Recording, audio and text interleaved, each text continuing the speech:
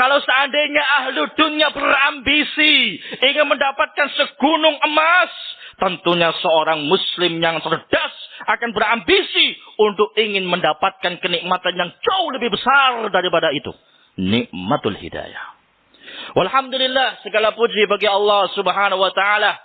Allah subhanahu wa ta'ala telah memberikan kepada hamba-hambanya sebab-sebab kiat-kiat manhajiyah yang apabila seorang hamba itu melakukannya dengan ikhlas dan tulus, maka Allah subhanahu wa ta'ala akan memberikan kepadanya nikmat yang satu ini.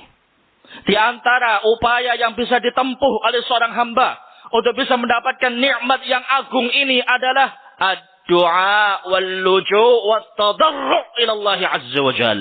Berdoa, pasrah, tunduk, memohon kepada Allah subhanahu wa ta'ala. Al-hidayah biyadillah.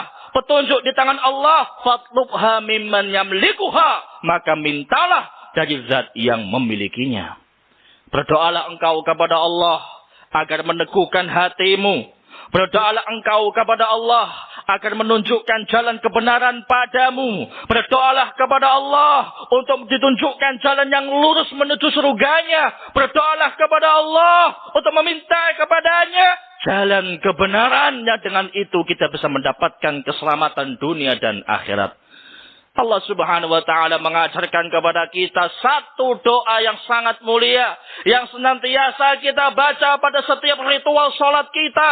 Dalam sehari 5 kali. Belum lagi kalau ditambah dengan amalan sunnah yang lainnya. Senantiasa kita baca, kita ulang. Allah subhanahu wa ta'ala mengajarkan kepada kita. Ihdinas siratal mustaqim. Ya Allah, berilah aku petunjuk kepada jalanmu yang lurus.